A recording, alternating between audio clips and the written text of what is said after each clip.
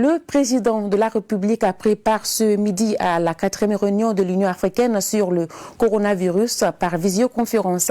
Un mini-sommet qui a réuni une dizaine de dirigeants africains. Dans son allocution, le président de la République, Ibrahim Boubacar Keïta, a mis l'accent sur la conjugaison des efforts à l'échelle africaine et mondiale pour lutter contre la pandémie et penser à l'après-Covid, dont les conséquences seront forcément économiques. Sera Batili a suivi pour nous. L'Afrique presse les pas face à l'urgence. Le rythme de contamination du Covid-19 oblige, même s'il n'est pas encore alarmant sur le continent. La vigilance doit être de mise. Un mini-sommet 4e du genre par visioconférence qui a réuni tous les membres du bureau de l'Union africaine, dont une dizaine de chefs d'État.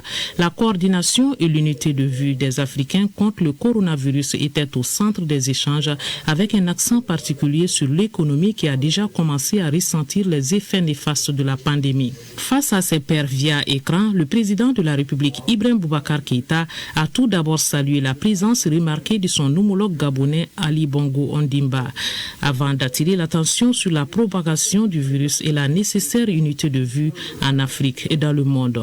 Ce continent de l'Afrique, qui a été le continent de la naissance de l'homme, doit être le continent de la renaissance de l'humanité.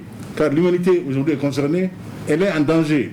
Plusieurs leçons sont à tirer de la mobilisation générale que nous avons décrétée afin que l'Afrique reste debout, en dépit des sombres prévisions des débuts qui auraient pu nous paralyser. Non, l'Afrique met en contribution ses ressources humaines, ses compétences, son intelligence pour protéger les Africains.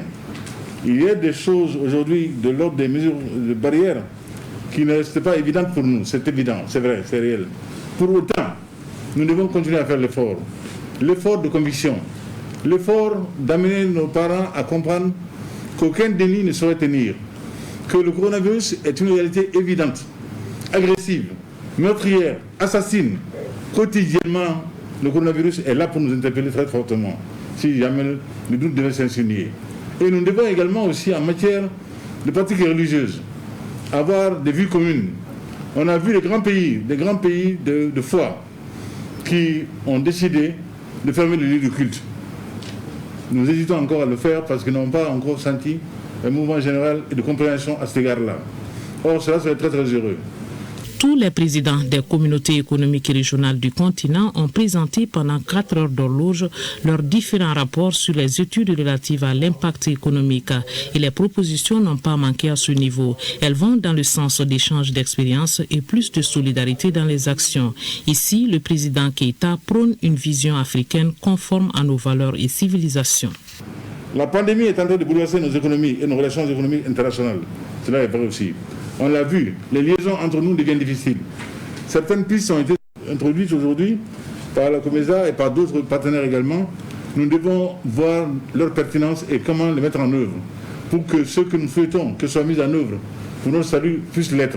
Et ensuite, je voudrais ne pas encore abuser de vos instants et dire simplement ceci, c'est qu'il est clair que le coronavirus va changer l'ordre mondial international. Et nous devons nous préparer à cela et venir avec une vision africaine, renouvelée, conforme à nos valeurs de civilisation. Nous serons toujours, encore une fois, ancrés, fortement ancrés dans nos valeurs de civilisation, mais ouverts, comme l'a dit Senghor, au souffle fécond et poreux des autres civilisations du monde, car le monde est uni et le coronavirus sera encore l'occasion pour nous tous de prouver combien l'humanité est une, indivisible, et son sort, où que l'on soit, est le même. Ensemble, les membres du bureau de l'Union africaine envisagent de faire des commandes groupées pour les équipements sanitaires et l'ouverture de corridors pour leur acheminement. L'État malgache a présenté sa solution Artemisia contre le Covid-19.